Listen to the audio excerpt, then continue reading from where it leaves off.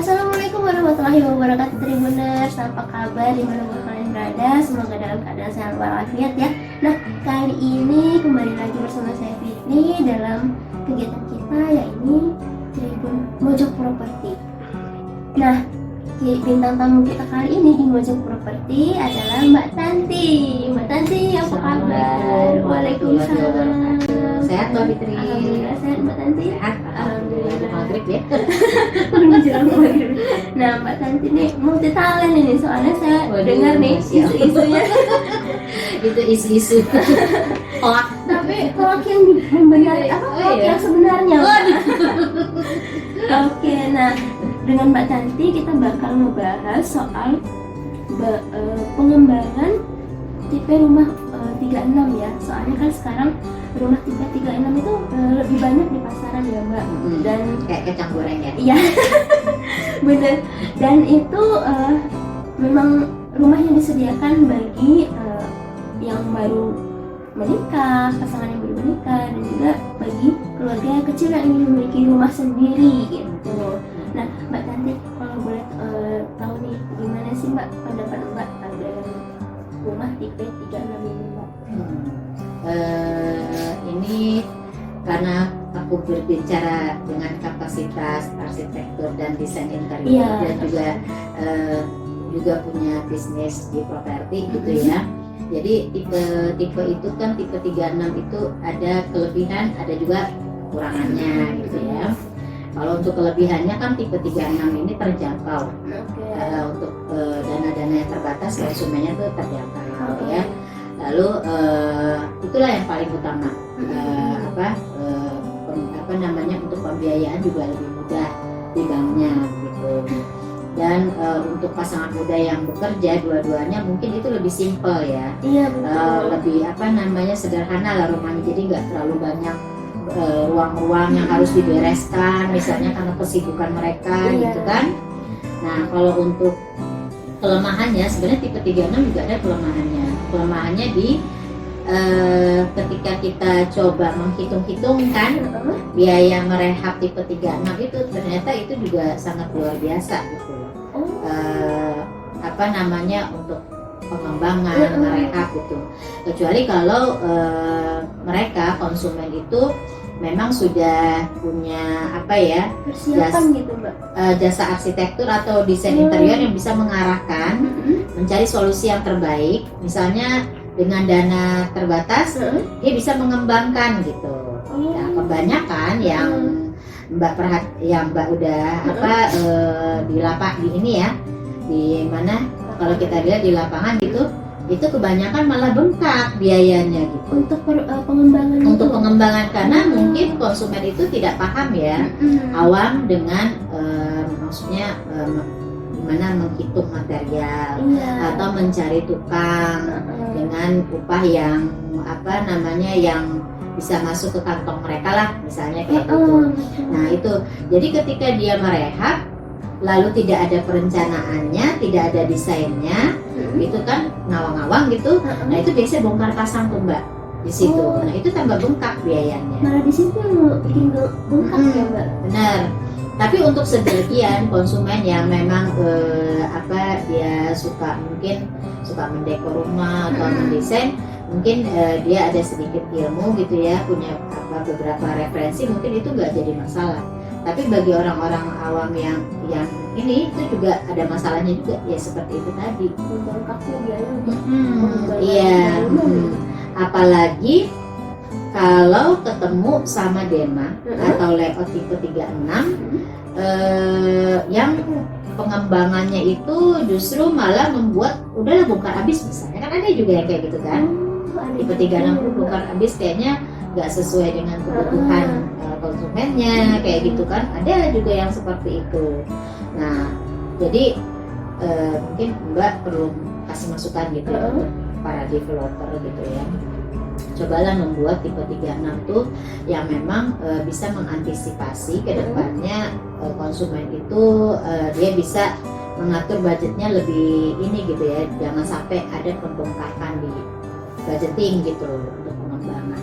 Jadi dari tata ruang di awal pembangunan itu sudah tahu nih, oh nanti yang mau direhab Iya. itu nggak perlu banyak bongkar misalnya kan, atau hanya menambah aja.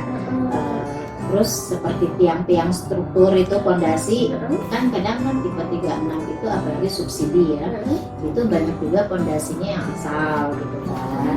Nah itu kan sangat riskan, kasihan nanti sama konsumennya harus membongkar ulang, dia bikin baru. Ibaratnya kita beli tanah aja gitu. Itu ada juga yang kayak gitu. Jadi kita sebagai pembeli juga harus pintar ya Mbak, Iya. untuk melihat. Jadi kalau kita sebagai konsumen itu memang harus kritis gitu. Artinya kritis itu kita harus paham betul bagaimana fondasi struktur rumah itu gitu kan. Biasanya kalau kita beli rumah kan ada brosur ya. Iya. Nah di situ kan tercantum tuh spek-speknya apa saja kayak gitu kan. Nah itu harus dipelajari betul-betul. Tapi kalau untuk tipe rumah 36 di Jambi sendiri, menurut Mbak udah layak nggak sih atau belum nih Mbak? Untuk sebagian layak, Layak ya. tapi sebagian lagi enggak. Oh, gitu. ada yang Jadi, layak, ada yang enggak. Jadi gini, tipe 36 itu kan kita pecah jadi kita bagi dua ya. Itu ada yang tipenya dia subsidi, ada juga yang rumah konsumtif itu kan ya, tipe konsumtif.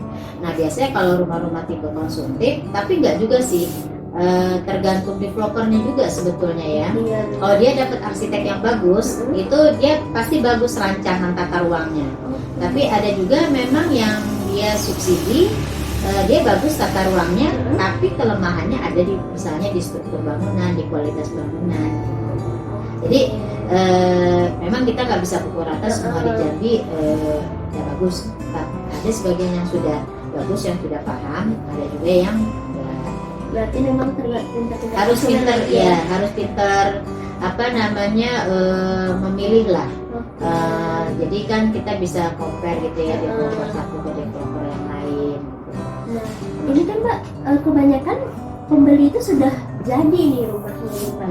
Kita kan juga iya mau komplain pun juga gimana gitu udah jadi ini rumah gitu. Nah, baiknya mengembangkan tipe rumah 36 itu awalnya gimana untuk pembeli nih Mbak, untuk supaya lebih nyaman lah untuk mereka. Iya, sebenarnya kalau untuk pengembangan itu kita tuh kan tergantung dari konsumennya, apa kebutuhannya. Iya, soalnya kan, gitu iya kan. kita kan sebagai konsumen ada apa ya keinginan sendiri, aku pengen begini nih gitu. Jadi kita tidak bisa menyamaratakan semua kebutuhan konsumen itu sama. Iya. Nah, jadi berbeda-beda memang.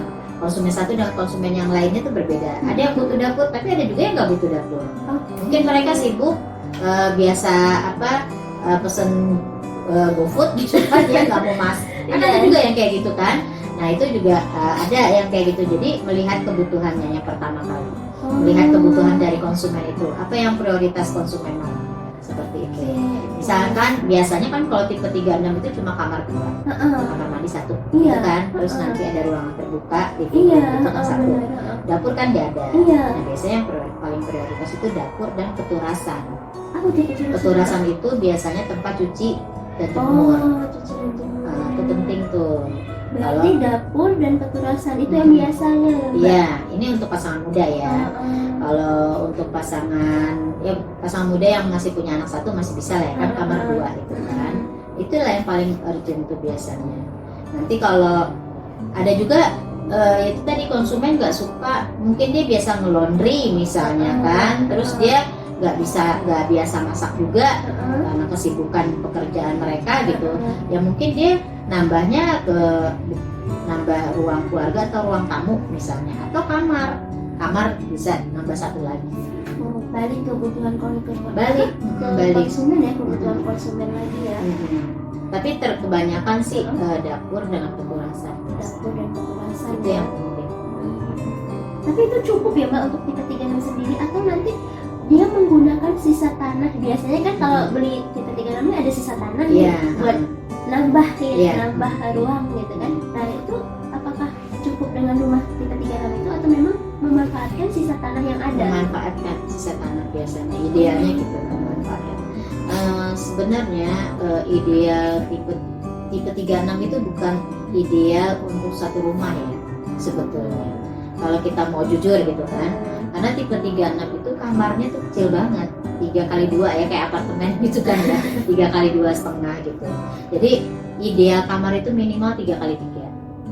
Nah itu yang paling nyaman, sirkulasi kita bergerak di dalam juga nyaman, itu biasanya gitu.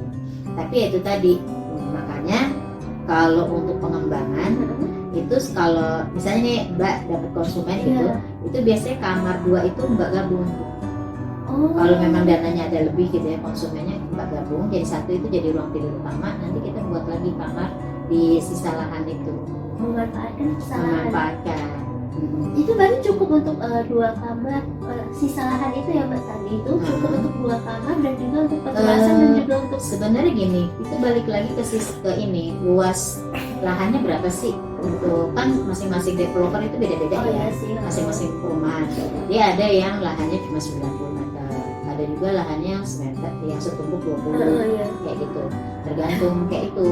Jadi kalau kita lihat 90 meter persegi itu untuk penambahan misalnya dapur, perasan, terus misalnya berarti mau nambah mungkin ruang nonton misalnya atau kamar satu itu masih bisa.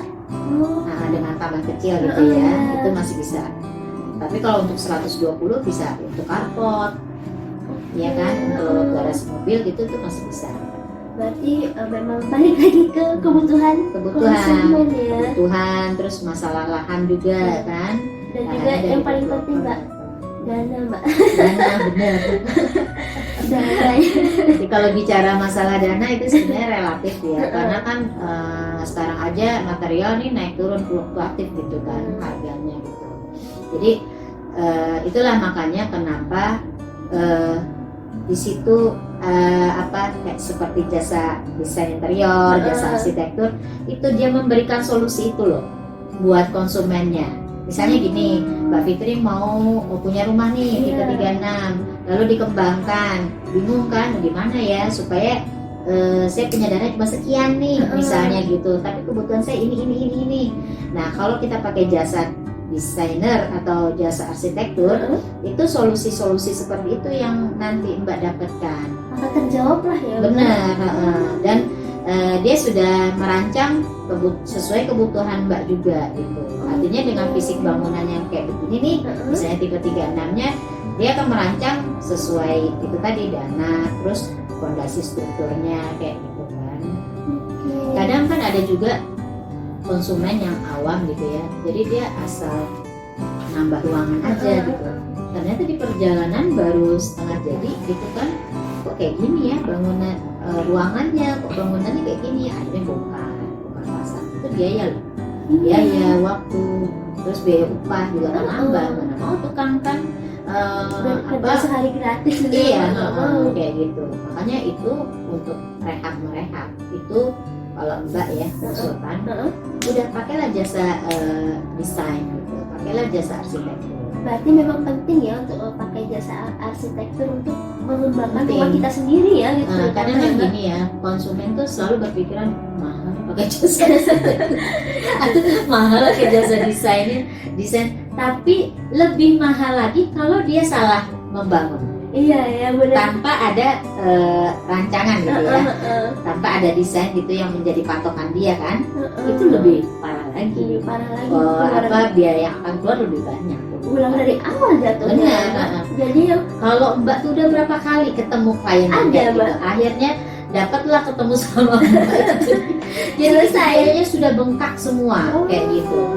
Sementara tukangnya ini pun dia juga nggak paham, dia kan cuma bisa kerja aja. Iya benar. Kayak gitu ya tukang kan kalau nggak ada patokan gambar juga nggak bisa, susah. Benar. Ngawang-ngawang gimana gitu kan. Ini ada juga gini, misalnya kadang si konsumen itu punya banyak referensi ya, kalau dari Google, Pinterest gitu kan, nyari sendiri kita ya. Memang referensi itu perlu, tapi belum tentu semua bisa diterapkan di bangunan kita. Karena bangunan ini, misalnya bangunan yang dilihat di itu kan referensi tadi, itu mungkin luas bangunannya berbeda dengan luas bangunannya yang ini ya, kondisi kita gitu kan, kayak gitu. Jadi memang kalau untuk referensi aja sih bisa ini lah. Untuk referensi nggak apa-apa ya. Konsep konsep, maksudnya style bangunannya mau seperti apa nggak apa-apa. Tapi kalau kita terapkan betul-betul pure gitu, pindah serap itu biasanya belum nggak tentu bisa. ya Mbak. Karena kan melihat kita di lahan kita. Itu tadi kan kelebihannya, kekurangannya, dan juga itu sesuai kebutuhan si yang punya lahan dan punya rumah ya Mbak. Iya. Nah, gimana kalau menurut dari arsitek sendiri nih, bagusnya gimana untuk pengembangan tipe 3 ini Mbak? Jadi gini yang perlu diperhatikan dalam kita mengembangkan ya rumah tipe 36 atau merenovasi lah gitu ya. Tipe 36 itu yang perlu diperhatikan tentang fondasi dan struktur bangunan. Fondasi dan struktur Nah, bangunan. itu penting gitu. Jadi kita mau lihat struktur bangunannya apakah misalnya kira-kira fondasi dan struktur bangunan ini mau dibongkar atau tetap kita pertahankan. Oh, seperti bisa itu. juga ada pilihan seperti itu ya Mbak? Ya, karena itu paling penting. Kekuatan rumah kan ada di fondasi dan struktur bangunan ya, jangan sampai kita salah gitu kan. Jadi kita harus perhatikan itu. Kira-kira mana nih yang struktur bangunan bisa dipakai lagi, mana yang enggak. Yang kedua itu masalah tadi pendanaan juga. Ya, pendanaan ini yaitu tadi kita harus pintar-pintar untuk merehab itu jangan terlalu banyak membongkar semua bangunan itu gitu kan. Misalnya ada satu sisi aja yang dibongkar, tapi sisi lain enggak, tetap dipertahankan kayak gitu. Supaya itu tadi budgetnya bisa tertekan, bisa ditekan. Lalu yang ketiga, jika memungkinkan buatlah perencanaannya gitu, gambarnya ya, desainnya.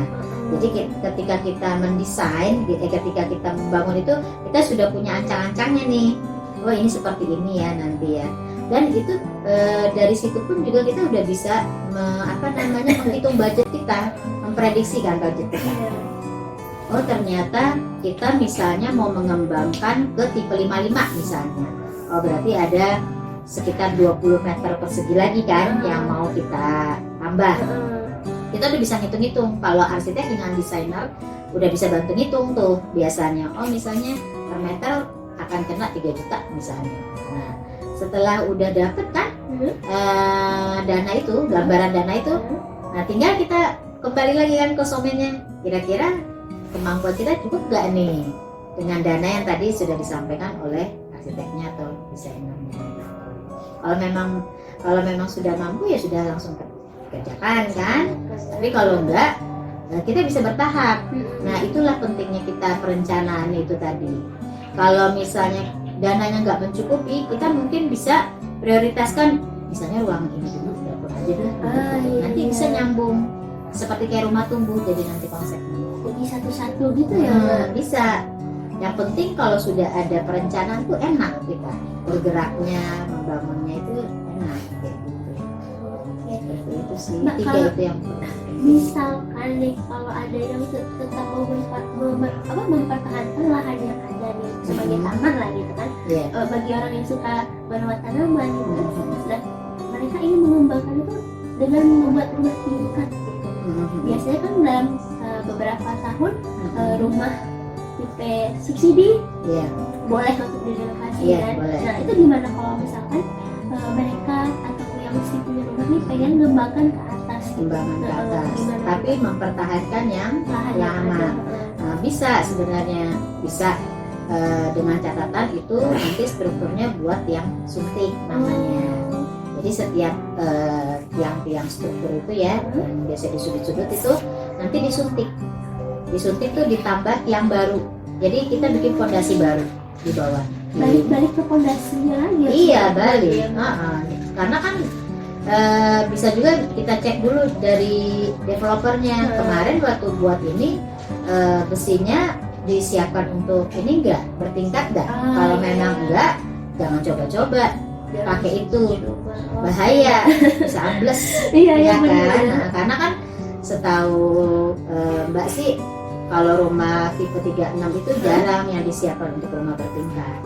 Pembesiannya, Pengembangan lahannya untuk memanfaatkan lahan yang tersisa. Iya, bisa sih pakai lahan yang lama, tapi disuntik, ditambah tiang. Atau kalau memang nggak mau ribet gitu kan, udah pakai lahan yang baru aja, yang ini aja yang sisa lahan kan, kita bangun bertingkat. Gitu.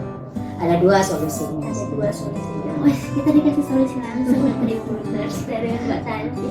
Mbak Tanti, terima kasih banyak nih Oke, sudah menyempatkan waktunya Iya. buat Tribuners untuk ngobrol-ngobrol kita yang lumayan menyenangkan. Iya, sekali saya kan untuk tipe 36 kalau untuk pengembangan ya banyak kan orang butuh referensi Iya, gitu. benar, betul. Dan ini referensi yang menurut saya bermanfaat karena mengenai bangunannya langsung kan, Iya, apa betul. yang perlu diperiksa ke developernya juga Iya, gitu benar. kan. Ya banyak memang untuk konsumen tipe 36 ini itu perlu kita juga mengedukasi, terutama dari developernya sendiri Iya. ya, diedukasi bagaimana misalkan saya banyak bertemu gitu ya sama konsumen-konsumen yang tipe kecil-kecil ini, mereka pasti akan bertanya nanti kira-kira gambaran pengembangannya gimana ya. Nah, itu banyak gitu. Nah sebenarnya developer itu punya tanggung jawab moral lah untuk memberikan juga solusi gitu kan. Ya walaupun cuma berupa sketsa-sketsa ini layout gitu ya, tapi ada supaya konsumen itu punya gambaran gitu. Supaya dia pun puas ya untuk Iya, bisa benar. mengembangkan rumahnya. Artinya, dia tidak hanya menerima yang tipe 36 aja, tapi dia puas menerima yaitu kayak seperti bonus ya, Iya. bonus perencanaan untuk kedepannya, Iya, seperti benar-benar. kayak gitu. Itu catatan sebenarnya untuk developer ya. Nilai plusnya Nilai juga plus kan. ya. Jadi Jadi kan konsumen itu juga senang ya kalau benar. dapat kayak itu, berarti ada solusi nih nanti untuk kita untuk pengembangan seperti ini kayak gitu kan. Wah, itu Tribuners. Jadi kita pun harus pintar sebagai konsumen. Oke Tribuners, terima kasih nih sudah pantengin Mojok Properti kita hari ini bersama Mbak Tanti. Jangan lupa untuk like, komen dan subscribe-nya. Langsung ke situ saya. Terima kasih juga buat Mbak Tanti yang Sama-sama. menyempatkan waktunya untuk mengedukasi kita semua juga. Dan nantikan juga Tribun dan nantikan juga Mojok Properti lainnya di Tribun Jambi. Assalamualaikum warahmatullahi wabarakatuh. Terima kasih Tribuners.